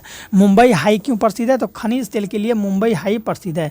याद रखिएगा सभी स्टूडेंट। अगला है कि भारत में प्रथम क्या है, भारत में प्रथम तेल शोधक कारखाना कहाँ स्थापित हुआ था, तो डिगबोई में हुआ था। कहाँ पर बाबू, डिगबोई में। प्राकृतिक गैस किस खनिज के साथ पाई जाती है, तो पेट्रोलियम के साथ। याद रखिएगा, जो प्राकृतिक गैस होता है ना, वो किस खनिज के साथ पाई जाती है, तो पेट्रोलियम के साथ ही पाई जाती है। ठीक है बाबू। अगला कि भाखर नागर परियोजना किस नदी पर है, तो सतलज नदी पर है। भाखर नागर परियोजना किस नदी पर है मेरे प्यारे बच्चों, तो सतलज नदी पर। चलिए जल्दी से जल्दी आप लोग मेरे प्यारे बच्चों चैनल को सब्सक्राइब कर लीजिए। ठीक है, देखिए अब हम लोग का दो और मेरे प्यारे बच्चों, ठीक है, बस और 2 ठो है। जल्दी से जल्दी हम लोग इसको समाप्त कर लेंगे, अब ज़्यादा नहीं बचा हुआ है। ठीक है, आप लोग बहुत ही अच्छा अभी तक बने हैं, दुलार प्यार बनाए रखे हैं। ठीक है, बने रहिएगा, मन लगा के पढ़िएगा बाबू। कहीं पर भी दिक्कत होगा तो बस शर्ते क्या करना है, कमेंट कर देना है। और हम आपको अपना नंबर बता भी दिए थे, नहीं भी लिखें तो फिर से लिख लीजिए 9508665583। ये मेरा व्हाट्सएप नंबर है, इस पर व्हाट्सएप कीजिए। कहीं पर भी डाउट है तो डाउट को दूर किया जाएगा आप लोगों का। चलिए बाबू, अगला प्रश्न यहाँ देख लीजिए क्या है यहाँ पर कि दक्षिण भारत की सबसे बड़ी नदी घाटी परियोजना को हम लोग क्या कहते हैं, तो तुंगभद्रा कहते हैं। क्या कहते हैं बाबू? दक्षिण भारत की सबसे बड़ी नदी घाटी परियोजना को तुंगभद्रा कहते हैं। अगला है कि ताप विद्युत केंद्र का उदाहरण होता है बरौनी में। ताप विद्युत केंद्र का उदाहरण कहाँ पर होता है? बरौनी में। ठीक है। यूरेनियम का मुख्य उत्पादन स्थल क्या है? तो जादूगोड़ा है। यूरेनियम का मुख्य उत्पादन स्थल क्या है? तो जादूगोड़ा है, जादूगोड़ा। ठीक है। चलिए नेक्स्ट है कि एशिया का सबसे बड़ा परमाणु विद्युत गृह क्या है? तो तारापुर। क्या है? एशिया का सबसे बड़ा परमाणु विद्युत गृह क्या है बाबू? तो तारापुर है। भारत के किस राज्य में सौर ऊर्जा का उत्पादन सर्वाधिक होता है? तो राजस्थान में क्या होता है? सौर ऊर्जा का उत्पादन ज़्यादा हो सकता है। ठीक है। अगला है यहाँ पर देखिएगा कि काला हीरा किसे कहते हैं? तो काला हीरा मेरे प्यार से कोयला को से कोयला को से काला हीरा। ठीक है। कोयला को हम लोग क्या कहते हैं? तो काला हीरा के नाम से जानते हैं। नेक्स्ट है कि कोयला उत्पादन में भारत का विश्व में कौन सा स्थान है? तो तीसरा स्थान है। ठीक है। भारत में पहली खनिज तेल का पता कब लगाया गया था? तो 1880 ईस्वी में डिगबोई असम में पता लगाया गया था। ठीक है। Gas authority of India limited का स्थापना कब हुआ था? तो 1986 ईस्वी में हुआ था। भारत का प्रथम जल विद्युत केंद्र की स्थापना कब और कहाँ की गई थी? तो 1997 ईस्वी में दार्जिलिंग पश्चिम बंगाल में किया गया था। ठीक है। भूलना नहीं है किसी भी छात्र को मेरे प्यारे बच्चों। देश में इंटरनेट सेवा की शुरुआत कब हुआ था? तो 1988 ईस्वी में। भारत संचार निगम लिमिटेड की स्थापना 2000 ईस्वी को। ठीक है। दूरदर्शन क्या है बाबू? देखिए दूरदर्शन टेलीविजन सेवा का प्रारंभ कब हुआ था? तो 1969 ईस्वी में। भारत में पहली बार रेडियो का प्रसारण, ठीक है, प्रसारण आरंभ कब हुआ था बाबू? तो 1920 ईस्वी में हुआ था। कब हुआ था? 1920 ईस्वी में। ठीक है। चलिए आगे कि भारत में क्या प्रश्न को देख लीजिएगा कि भारत में निजी स्थान द्वारा भारत में निजी संस्था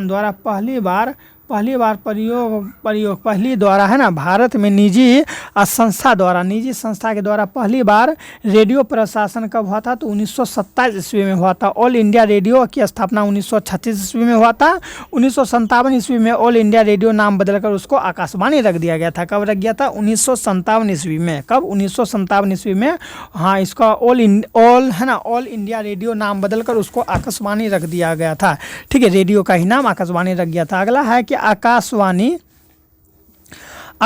में व्यापारिक सेवा प्रारंभ 1900 कब हुआ था? तो 1965 ईस्वी में हुआ था। ठीक है। वही है कि आकाशवाणी में व्यापारिक सेवा प्रारंभ हुआ था 1965 में। बंगाल गजट नामक साप्ताहिक पत्रिका का प्रकाशन आरंभ हुआ था तो 1970 में। देखिए बाबू, डेट वाला प्रश्न आप लोगों के लिए जो है ना काफ़ी मायने रखता है, उसको आप लोग याद रखिएगा। अगर याद नहीं रखिएगा तो डेट वाला प्रश्न में जहाँ तक नहीं कन्फ्यूज किए कि चल जाइएगा काम से। अगला है कि भारत का सबसे बड़ा पत्तन क्या है? मुंबई जो है वो भारत का सबसे बड़ा पत्तन है। कौन? मुंबई। ठीक है। आर्थिक विकास की जीवन रेखा कहते हैं, आर्थिक विकास की जीवन रेखा संचार एवं व्यापार को कहते हैं। आर्थिक विकास की जीवन रेखा किसको कहते हैं? संचार एवं व्यापार को कहते हैं। भारत में आकाशवाणी केंद्रों की संख्या कितनी है? तो 403 है। भारत में आकाशवाणी केंद्रों की संख्या बाबू 403 को होगा। सोचने वाली बात है। 403 आकाशवाणी केंद्र है। अगला कि दिल्ली से कोलकाता तक राष्ट्रीय राजमार्ग मेरे प्यारे बच्चों, ठीक है, राष्ट्रीय राजमार्ग है, NH2 है। क्या है? दिल्ली से कोलकाता तक का राष्ट्रीय ठीक है राजमार्ग अगर पूछ लेगा तो 1902 बताइएगा। ठीक है। चलिए स्टूडेंट, तो इस तरह से हम लोगों ने देखा, यहाँ तक समाप्त कर लिया। अब आइए, अब ज़्यादा नहीं, 3 स्लाइड और बचा हुआ है, इसके बाद हम लोग समाप्त कर लेंगे। चलिए बाबू, जल्दी से जल्दी सभी के सभी स्टूडेंट लोग वीडियो को लाइक और चैनल को सब्सक्राइब कर दीजिएगा और बताइएगा कि आप मेरे इस वीडियो को बाबू कहाँ से देखते हैं, ताकि हम भी जान सकेंगे कि आप लोग हमारे वीडियो को कहाँ से देख रहे हैं। ठीक है। ताकि मुझे भी अच्छा लगेगा स्टूडेंट आप लोगों का दुलार प्यार देख कर। ठीक है। चलिए आइए अब हम लोग अगला देखते हैं। यहाँ पर है कि देश में है ना बाबू, क्या है प्रश्न कि देश में रुको। चलिए बाबू, क्या है कि देश में सबसे लंबी दूरी तय करने वाली एक्सप्रेस विवेक एक्सप्रेस है। क्या है बाबू? विवेक एक्सप्रेस। अगला है कि भारत का पूर्वी तटीय पत्तन या बंदरगाह किसको कहते हैं? जहाँ पर सामान उतारा और चढ़ाया जाता है नाव पर। ठीक है। हाँ, पानी के जहाज में। ठीक है। उसी को हम लोग बंदरगाह कहते हैं। तो भारत का पूर्वोत्तर तटीय पत्तन या बंदरगाह क्या कहलाता है? तो हल्दिया कोलकाता है। क्या है बाबू? हल्दिया कोलकाता। ठीक है। चलिए नेक्स्ट है यहाँ पर चलिए बाबू, अगला टॉपिक है यहाँ पर कि तूतीकोरिन, क्या है, तूतीकोरिन पत्तन स्थित है तमिलनाडु में। तूतीकोरिन पत्तन कहाँ है, तो तमिलनाडु में है, ठीक है। कांडला स्थित है गुजरात में। कांडला स्थित कहाँ है, गुजरात में। देश का सबसे बड़ा बंदरगाह अगर पूछ लेगा तो गुजरात में। देश का सबसे बड़ा बंदरगाह, ठीक है, कांडला में स्थित है, ठीक है, जो कि गुजरात में पड़ता है। अगला है कि इंडियन एयरलाइंस को, इंडियन नाम है ना, इंडियन एयरलाइंस को इंडियन नाम कब दिया गया था, तो 2005 में उसको इंडियन नाम दिया गया। इसीलिए आप लोग सुनने होंगे कि इंडियन, ठीक है, हाँ, एयरलाइंस। अगला है कि इंदौर पत्तन कहाँ स्थित है, तो तमिलनाडु में है। देश में कितने विशेष आर्थिक क्षेत्र है, तो 8 है, ठीक है। चलिए बाबू, पहले 7 था, अब 8 हो गया, ठीक है। अगला है कि बिहार में कितने प्रतिशत क्षेत्र की खेती की जाती है, तो 60%। बिहार में लगभग 60% क्षेत्रों में खेती की जाती है। राज्य के कितने प्रतिशत जो है कि जनसंख्या कृषि क्षेत्र में लगी हुई है, तो राज्य का अर्थात बिहार राज्य का 80% जनसंख्या जो है वो कहाँ पर लगा हुआ है, तो खेतों में लगा हुआ है। क्या करेगा, बेरोजगारी ही इतनी है आगे है कि बिहार में जूट उत्पादन की स्थिति कम हो रही है। धीरे धीरे क्या हो रही है मेरे प्यारे बच्चों, तो जूट उत्पादन में कमी हो रही है। कोसी नदी घाटी परियोजना की शुरुआत 1954 से 1955 ईस्वी में हुआ था, ठीक है। गंडक परियोजना का निर्माण किस स्थल पर हुआ था, तो वाल्मीकि नगर में हुआ था। गंडक परियोजना का निर्माण बाबू किस नगर पर हुआ था, तो वाल्मीकि नगर पर। चलिए, ठीक है, क्या है अगला देखिएगा कि बिहार में नहरों द्वारा सर्वाधिक सिंचाई किस जिले में होती है, तो रोहतास जिला में होता है। बिहार में कहाँ पर, बिहार में नहरों द्वारा सर्वाधिक सिंचाई किस जिले में होती है बाबू, तो रोहतास में होती है, ठीक है। अगला है कि कुशेश्वर स्थान किस जिले में है। कुशेश्वर स्थान अगर पूछ लेगा किस जिले में है, तो दरभंगा जिले में है। कुशेश्वर स्थान किस जिले में है, दरभंगा में, ठीक है। कांवर झील स्थित है, तो बेगूसराय में। कांवर झील स्थित है मेरे प्यारे बच्चों कहाँ पर, तो बेगूसराय में कांवर झील स्थित है, ठीक है। चलिए नेक्स्ट है यहाँ पर कि संजय गांधी जैविक उद्यान पटना में है बाबू। संजय गांधी जैविक उद्यान कहाँ पर है, पटना, जो कि बिहार की राजधानी है, ठीक है। पटना में ही गोलघर है। पटना में क्या है बाबू, गोलघर, ठीक है, गोलघर पटना में है। तारामंडल भी पटना में। आप लोगों से पूछ लेगा किस में, तो संस्कृत में, तो आप लोग घबराइएगा नहीं, जवाब दे पाइएगा। बिहार की सबसे पुरानी नहर परियोजना कौन है, तो सोन नहर परियोजना, ठीक है, 1874 ईस्वी में बना था, ठीक है। अगला है कि पक्षियों का स्वर्ग किसे कहा जाता है, तो कांवर झील को पक्षियों का स्वर्ग कहा जाता है। कभी मौका मिले तो कांवर झील जरूर जाइएगा, पक्षियों का स्वर्ग कहा जाता है। वहाँ पर कई सारे पक्षी आप लोगों को देखने को मिलेगा, ठीक है। आगे है बाबू कि बिहार राज्य जल विद्युत निगम है ना, क्या है, बिहार राज्य जल विद्युत निगम की स्थापना 1982 ईस्वी में हुआ था। कब हुआ था, 1982 ईस्वी में। गंगा नदी पर राजेंद्र सेतु पुल का निर्माण कब हुआ था, तो 1959 ईस्वी में हुआ था, ठीक है। आगे है कि राष्ट्रीय पोत संस्था स्थित है पटना में। कहाँ पर स्थित है, पटना में। बिहार में साक्षरता दर कितना है, तो 61.8% है, ठीक है। चलिए, साक्षरता दर बिहार का पूछ रहा है, ठीक है। चलिए, बिहार में पुरुष साक्षरता दर कितना है, तो बिहार में मेरे प्यारे बच्चों 71.2% पुरुष जो है वो पढ़ा लिखा है, ठीक है। बिहार में महिला अगर है तो मात्र 51 पॉइंट, ठीक है, हाँ, 5%। बिहार में नागरिक जनसंख्या कितना है, तो 11%। बिहार में कुल जनसंख्या अगर पूछ लेगा तो 10 करोड़, ठीक है, 10 करोड़ 40 लाख जनसंख्या जो है मेरे प्यारे बच्चों, ये बिहार की जनसंख्या है, ठीक है। चलिए, 10 करोड़ 10.5 करोड़ आप लोग माइंड में रखिएगा, ठीक है। चलिए, उससे जो है ना, हाँ, 10 लाख कम में है। अगला है, यहाँ देख लीजिए क्या है बाबू कि बिहार में क्या है, बिहार में रेशम उद्योग का, ठीक है, प्रसिद्ध केंद्र कौन है, तो भागलपुर है। भागलपुर क्या है, तो बिहार में, ठीक है, बिहार में रेशम उद्योग का प्रसिद्ध केंद्र अगर पूछ लेगा तो भागलपुर है, ठीक है। चलिए बाबू, ठीक है, अब अंतिम स्लाइड बचा हुआ है, तो जरूर आप लोग बने रहिएगा। चैनल को सब्सक्राइब, वो वीडियो को लाइक जरूर कीजिएगा मेरे प्यारे बच्चों। अगला है कि बिहार का सबसे बड़ा नगर कौन है, तो पटना है बिहार का सबसे बड़ा नगर है, ठीक है। बिहार में बंदूक कारखाना मुंगेर में बनता है। किसी को अगर मेरे प्यारे बच्चों बंदूक लेना है तो मुंगेर जाइए, मुंगेर से 5-6 को बंदूक लाइए, अल्लाह बंदूक ला के, ठीक है, हाँ, पुलिस के हवाले कर दीजिए, ठीक है, ताकि आप भी जेल में चल जाइएगा। तो बंदूक रखना गैर कानूनी है भारत में, ठीक है, याद रखिएगा। देखिए, बंदूक रख सकते हैं लेकिन उसका लाइसेंस बनता है, तो लाइसेंस आप लोग बनाएगा तब ना, आप लोग को लाइसेंस देवे ना करेगा, बोलेगा कि आप कौन नेता है जो आपको कोई गोली मार देगा। इसीलिए मेरे प्यारे बच्चों सबको गोली नहीं मिलता, लेकिन जो चोर लुक्कर होता है ना बाबू, चोर लुक्कर जो होता है वो क्या करता है, ठीक है, चोर लुक्कर जो होता है वो क्या करता है मेरे प्यारे बच्चों, तो कहीं से बंदूक ले आएगा, आके गए, चल खाली कर, मोबाइल ला, पैसा ला, चल ला जल्दी, नहीं तो गोलियाँ मार दो बहू। हाँ, तो डर से आदमी सब दे देता है मेरे प्यारे बच्चों, ठीक है।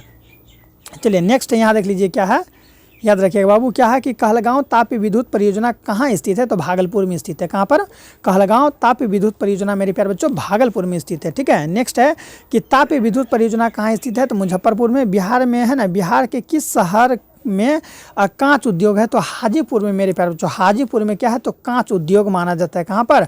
चलिए बहुत ही अच्छा आप लोग जवाब दिए, ठीक है। स्टूडेंट जल्दी से जल्दी चैनल को सब्सक्राइब, वो वीडियो को लाइक जरूर करेंगे, ठीक है। चलिए आइए अब हम लोग अगला टॉपिक को देख लेते हैं कि नेक्स्ट टॉपिक हम लोगों का क्या है। बिहार में सिगरेट का कारखाना कहाँ है? तो मुंगेर में ही सिगरेट का कारखाना है। कहाँ पर? मुंगेर में। बिहार में खाद कारखाना, देखिए मुंगेर, देख रहे हैं मुंगेर को, सोच रहे कुछ, देखिए मुंगेर में ही क्या है, सिगरेट का कारखाना है, मुंगेर में ही गोली बंदूक मिलता है। तो कहीं ना कहीं मुंगेर, मेरे प्यारे बच्चों, सोच रहे हैं ना वहाँ का स्थिति कैसा होगा, सब आदमी गोली के दम पर ही उठता बैठता होगा, ठीक है। तो ये कहीं ना कहीं अच्छा नहीं है मेरे प्यारे बच्चों, ठीक है। अगला है कि बिहार में खाद कारखाना कहाँ है? तो बरौनी में खाद कारखाना है, बरौनी, जो कि हाँ बाबू बरौनी में, चलिए बिहार में पड़ता है बरौनी। अशोक पेपर मिल किस राज्य में है? तो समस्तीपुर में है। अशोक पेपर मिल बाबू समस्तीपुर में है, ठीक है। चलिए अगला है कि बिहार की पहली rail line east India rail मार्ग है, ठीक है। बिहार की पहली रेल लाइन अगर पूछ लेगा तो ईस्ट इंडिया रेल मार्ग हो जाएगा, ठीक है। चलिए मेरे प्यारे बच्चों, बहुत ही अच्छा, आप लोग इसी तरह से बने रहिएगा। बताइएगा कि सड़क व्यवस्था की दृष्टि से, ठीक है, कौन चीज़ से, सड़क व्यवस्था की दृष्टि से भारत का कौन सा स्थान है? तो भारत कौन सा स्थान है? तो दूसरा स्थान है, ठीक है। सड़क व्यवस्था की दृष्टि से भारत का कौन सा स्थान है? तो दूसरा स्थान है, 2 नंबर पर आता है, क्योंकि यहाँ सड़क वगैरह भी काफ़ी ज़्यादा आपको देखने को मिलेगा। यूपी में सड़क बहुत है, यूपी में मेरे प्यारे बच्चों सड़क बहुत है, क्योंकि यूपी का जनसंख्या भी अच्छा खासा है। अगला है कि देश में सर्वाधिक पक्की सड़क पाई जाती है। तो देश में सर्वाधिक अगर पक्की सड़क पूछ लेगा तो महाराष्ट्र में पक्की सड़क ज़्यादा है, ठीक है।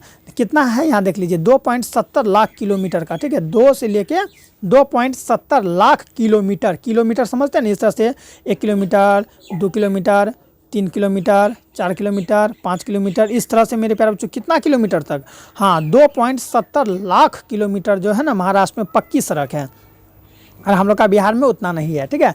अगला है कि नागपुर सड़क योजना 1943 के अनुसार भारत की सड़कों को कितने वर्गों में बांटा गया है? तो 4 वर्गों में बांटा गया बाबू। कितने वर्गों में बांटा गया है? 4 वर्गों में, ठीक है। क्या है कि राष्ट्रीय राज्य की देखभाल कौन करता है? तो केंद्र सरकार करता है, ठीक है। राष्ट्रीय राजमार्ग का अगर देखभाल कौन करता है? तो केंद्र सरकार, ठीक है। वर्तमान में देश में कुल कितने हैं? ठीक है, राजमार्ग संख्या है तो याद रखिएगा 266 राजमार्ग संख्या बाबू। कितना है? 266 राजमार्ग संख्या, यहाँ देख लीजिए ना, 266। चलिए सबसे लंबा राष्ट्रीय मार्ग कौन है? तो याद रखिएगा, ठीक है, नेशनल हाईवे 7, ठीक है। NH कितना? तो NH 7 जो है ना सबसे लंबा राष्ट्रीय मार्ग होता है, ठीक है। सबसे लंबा राष्ट्रीय राजमार्ग है NH 7। अगला है यहाँ पर देखिए क्या है कि सबसे छोटा राष्ट्रीय राजमार्ग कौन है? तो देखिए सबसे छोटा राजमार्ग यही है, ठीक है, 47A, मात्र 6 किलोमीटर है। चलिए सबसे छोटा, इसको राष्ट्रीय मार्ग भी कहा गया, 6 किलोमीटर। पैदले दौड़ जाएंगे मेरे प्यारे, इतना तो पैदले दौड़ जाइएगा आप लोग, ठीक है। चलिए कौन कौन पैदल ही दौड़ जाइएगा, बहुत ही अच्छा। चलिए अगला है यहाँ पर देखिए क्या है, यहाँ देख लीजिएगा आप लोग, ठीक है। चलिए मेरे प्यारे बच्चों यहाँ पर है कि NH1 और मेरे प्यारे बच्चों NH2 को सम्मिलित रूप से कहा जाता है। सम्मिलित रूप से बाबू क्या कहा जाता है? तो याद रखिएगा ग्रांड ट्रंक रोड कहा जाता है, ठीक है। ग्रांड ट्रंक रोड कहा जाता है, ठीक है। चलिए अगला देखिए यहाँ पर क्या है कि ग्रांड ट्रंक रोड की लंबाई होती है, ठीक है। कितना होती है बाबू? तो ग्रांड ट्रंक रोड की लंबाई, चलिए 2000 किलोमीटर, ठीक है। GT मतलब ग्रांड ट्रंक रोड की लंबाई कितना है? तो 2000 ना, 2000 है ना मेरे प्यारे बच्चों, 2000 किलोमीटर, ठीक है। चलिए आइए अगला है यहाँ पर कि क्या है, ग्रेट डेक्कन महामार्ग कहा जाता है। तो NH 7 को क्या कहते हैं? तो ग्रेट डेक्कन महामार्ग कहा जाता है। चतुर्निम चतुर्भुज क्या है? स्वर्णिम चतुर्भुज योजना के तहत मुंबई, दिल्ली, चेन्नई और कोलकाता को जोड़ने वाली सड़कों की लंबाई कितनी है मेरे प्यारे बच्चों? तो यहाँ पर देख लीजिए कितनी है, हाँ 5846 है, 5846 है। समझ में आ गया ना। आइए अगला है कि सड़कों के घनत्व के आधार पर, सड़कों के घनत्व के आधार पर कौन सा राज्य प्रथम है? तो याद रखिएगा केरल प्रथम है, जो कि दक्षिण राज्य में पड़ता है। चलिए भारत में रेलवे की शुरुआत कब हुई थी? तो 6 अप्रैल 1853 ईस्वी को, 6 अप्रैल 1853 ईस्वी को भारत में बाबू रेलवे की शुरुआत हुई थी। किसकी शुरुआत हुई थी? रेलवे की, ठीक है। क्या है कि प्रथम ट्रेन का परिचालन कहाँ से कहाँ तक और कितनी दूरी तक की गई थी? तो मुंबई से थाने के बीच, ठीक है, 34 किलोमीटर तक की गई थी। कितने किलोमीटर? 34 किलोमीटर तक की गई थी। चलिए देश में रेल मार्ग की कुल लंबाई कितनी है? तो देश में अगर पूछ लेगा कि रेल मार्ग की कुल लंबाई कितनी है तो 65,436 किलोमीटर। 65,436 किलोमीटर क्या है देश में रेल मार्ग। बाबू याद रखिएगा, रेल मार्ग, वो ट्रेन नहीं होता ट्रेन, तो रेल मार्ग की कुल लंबाई इतना है। ठीक है, भारत में सबसे तेज़ चलने वाली रेलगाड़ी कौन सी है बाबू? तो शताब्दी एक्सप्रेस जो है ना, वही है कि भारत में सबसे तेज़ चलने वाली रेलगाड़ी कौन सी है और इसका परिचालन कब हुआ था? तो शताब्दी एक्सप्रेस। ठीक है, 1988 ईस्वी में जो है कि इसका परिचालन हुआ था। ठीक है, तो स्टूडेंट अगर आप लोग इतना अगर याद कर लेते हैं ना तो आप लोग ज्योग्राफी में निश्चिंत रहिए कि आपका अच्छा मार्क्स आएगा। ठीक है, क्योंकि सभी के सभी टॉपिक तो आप लोगों के लिए मैंने अभी कहा था कि रामबाण होने वाला है।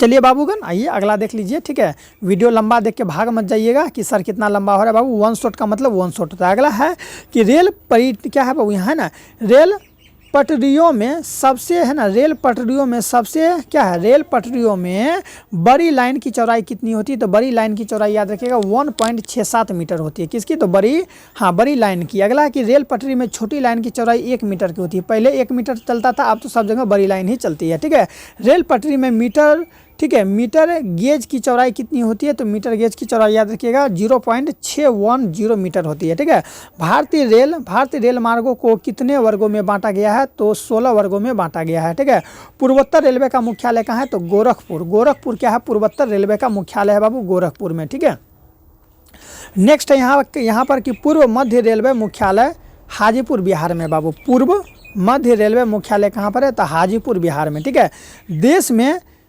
जीवन रेखा एक्सप्रेस का प्रचालन कब हुआ था? तो 6 जुलाई 1991 ईस्वी को हुआ था। कब हुआ था? 6 जुलाई 1991 ईस्वी को। ठीक है, चलिए आइए अगला है यहाँ पर कि सबसे पहला भूमिगत मेट्रो ट्रेन कोलकाता में कहाँ से कहाँ तक चली थी? तो याद रखिएगा कालीकट से दमदम तक चली थी। कहाँ तक? कालीकट से दमदम तक चली थी। मेट्रो रेलवे का मुख्यालय कहाँ है? तो कोलकाता। मेट्रो रेलवे का मुख्यालय कहाँ है? तो कोलकाता में है। ठीक है, आगे है कि इंडिया, क्या लिखा है देखिए, ऑल इंडिया लिमिटेड की स्थापना कब हुई थी? तो 1900 मेरे प्यारे बच्चों 59 ईस्वी में ऑल इंडिया लिमिटेड की स्थापना हुई थी। ऑल इंडिया लिमिटेड की स्थापना हुई थी। आइए, भारत की सबसे पहली परिवहन नहर कौन सा है? तो बांकीघम। ठीक है, बांकीघम नहर, बांकीघम नगर। ठीक है, चलिए देश की सबसे लंबी नहर अगर पूछ लेगा तो इंदिरा गांधी नहर। देश की सबसे लंबी नहर मेरे बाबू तो इंदिरा गांधी नहर। चलिए, वायु परिवहन उद्योग का राष्ट्रीयकरण कब हुआ था? तो 1 अगस्त 1953 ईस्वी को वायु परिवहन उद्योग का राष्ट्रीयकरण हुआ था। आप लोग को नोट्स मिल जाएगा तो तैयारी कर लेंगे। ठीक है, लिखने की कोई ज़रूरत नहीं है।